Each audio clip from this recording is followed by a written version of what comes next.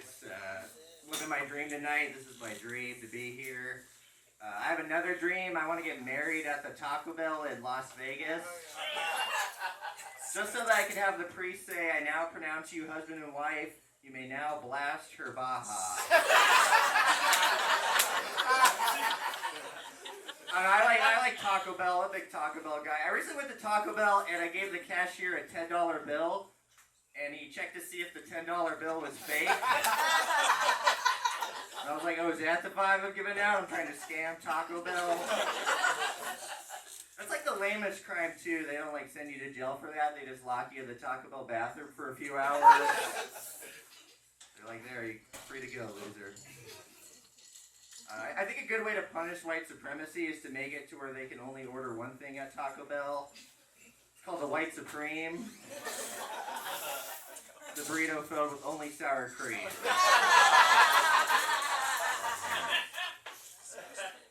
I get self-conscious as a white guy. I'm a white guy.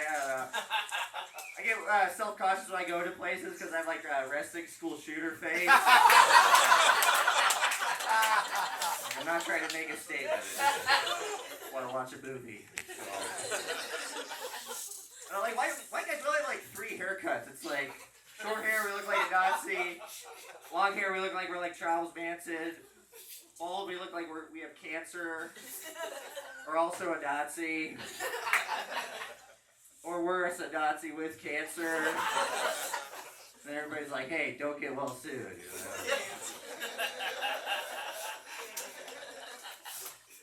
know? A lot of white guy serial killers, too, are really cornered the market on serial killing. I feel like serial killers have like a huge fan base, though. I would never want. I don't get it though, because I never want to go to like a serial killer meet and greet.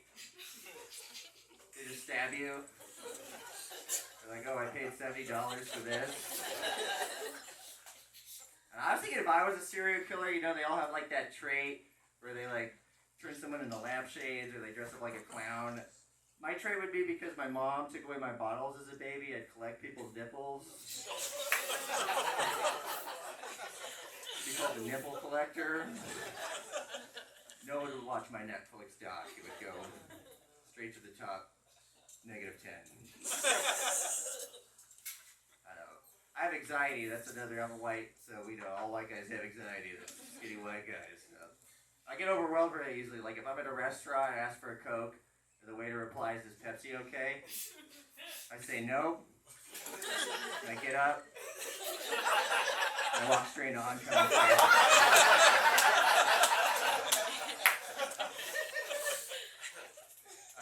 I was thinking though, like a good thing about my anxiety, it's like a survival trait though. It's like in the caveman days, if I had anxiety, it warned me about like a saber-toothed tiger. I also have like social anxiety, so I'd be worried about the saber-toothed tiger wanting to start a conversation with me too. So you can go ahead and just eat me. We don't have to do this. I'm not down with the small talk. Another good thing about my anxiety is that I don't need an alarm clock because my anxiety is my alarm clock. Like it'll be like 6 in the morning and my brain will just start going off. Like, wake up, fucker, it's time to be afraid. Wake up, fucker, it's time to be afraid. Wake up, fucker, it's time to be afraid. I'm like, all right, let's do this. Get the day started. One time I was on a plane and I was like super anxious and terrified. And I heard this little kid behind me just say, I love flying. So I turned around and I was like, you don't know what you're talking about. And I showed him a picture of a plane going down. I was like, that's full of little kids. Stop enjoying this. I'm scared. I used to go to therapy, but I ghosted my therapist. I just stopped talking to them, which must be really weird for a therapist. You're just like, what happened to that guy with all those mental problems? Disappeared. I like a lady therapist. I don't like a guy therapist. Because a guy therapist is going to remind me of my dad. He's like, so why are you here? I'm like, because of you. He's like, shut up, pussy. And I'm like, okay. Here's $100. Figure it out, Dad. I have a social anxiety. One of my favorite things to do is the Irish goodbye. You just leave a place without telling anybody. What I love to do even more than that is the Irish not even show up to the event. Or the classic Irish cut all ties to your friends and family. Like, hey Dakota, you go to our birthday? No, I'm watching the Leprechaun back in the hood. I'm Irish now, forever. I have a girlfriend. Despite all my issues, guys, my girlfriend loves me. It's cool to be in a relationship, because it's hard to be horny and lonely. You want to put a gun in your mouth, but then you want to fuck it at the same time. Like, want to bang. Do comedy. My girlfriend, though, she snores a lot. We live together. She snores all the time. Like, one night she wasn't snoring. I thought she stopped breathing. Had the best sleep of my life. Slept like a baby. We like to go to a lot of live music. One time we like to go to a lot of punk shows, rock shows. One time we were at a show, and this guy grabbed my girlfriend's butt. And I'm not like a tough guy or anything, so I didn't know what to say. I'm like, hey, don't grab her ass. Grab my ass. And my ass is so sharp and bony, I use it as a weapon. Fed my girlfriend's daughter. One time me and my girlfriend, we did the butt stuff. She did the butt stuff to me. She was really aggressive about it. She was like, get. Like, oh, I didn't know we were doing prison rules. Okay, alright. Just wanted to explore our bodies together. It's way more intense. Some people say white people don't have culture. We do. It's meth, genocide, and mayonnaise. That's our big three things. I have a lot of tweakers in my family. I have a lot of adult figures in my life that were addicted to speed. I guess that's why I grew up so fast.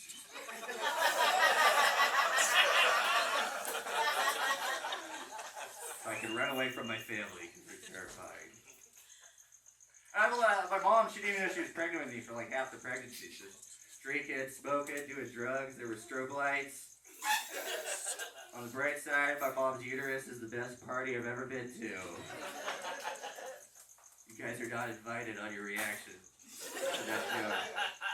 Only people that laugh at my mom's uterus can go inside. That's our rule. We have like a pact. This thing. I have my uncle. My uncle's a weird guy. Like one time my uncle asked me, hey Dakota, what cousin of ours do you think is the hottest? I was like, what am I going to say to that? It's your daughter, bro. High five. My uncle's killing it as a tweaker. He doesn't talk to his kids, and he cuts wood. That's like the two big things.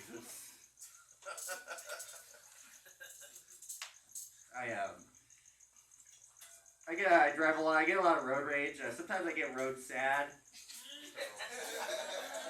That's where you just start crying in the car. People are like, hey, is that guy alright? And they're like, who cares? Let's just cut him off. I was thinking like in the horse and buggy days, do you think people got road rage? But now like you gotta pull over, you gotta fight a guy and his horse. You gotta hope your horse is ready to do this. And you're ready to go, he's like, dang. I like to play a game when I'm driving. Is that a jacket or is that roadkill? Sometimes it's a possum in a blazer, and I'm like, hey, it looks pretty stylish. Really good. I don't know. One time I was driving and I saw a guy pull to the side of the road and he was masturbating. And I was thinking that's probably just the best way to solve road rage. Like that should be like a slogan, like click it or ticket. Like don't flip them off, jerk it off. Like I want to do that to other things that make me upset. Like when I'm talking to my dad and he's like, you're a weird guy. And I'm like, yeah, I'm a weird guy. I'm masturbating while you insult me. Alright, that's my time, guys. I'm Dakota. Thank you so much. Give it up for Chatterbox.